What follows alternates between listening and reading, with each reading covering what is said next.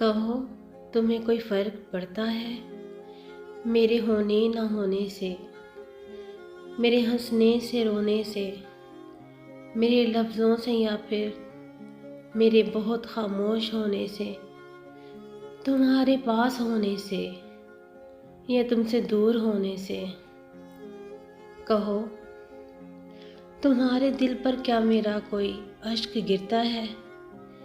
मेरा ख्याल तुम्हें लिए कभी आवारा फिरता है? तसव्वुर के पर्दों में मेरा कोई अक्स उभरता है?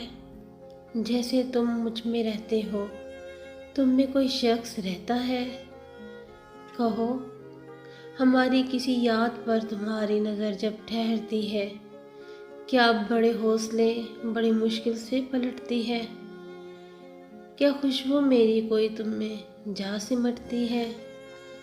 मेरी याद तुम्हारे दिल में भी कभी बेहद मचलती है? क्या तुम्हें मेरी कभी याद आती है?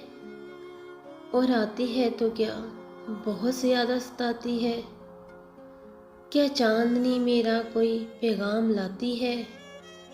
बारिश तुम्हें कभी क्या मेरा एहसास दिलाती है? कहो, आज कुछ कह दो, है मुंतज़िर समाअतें मेरी। कहो।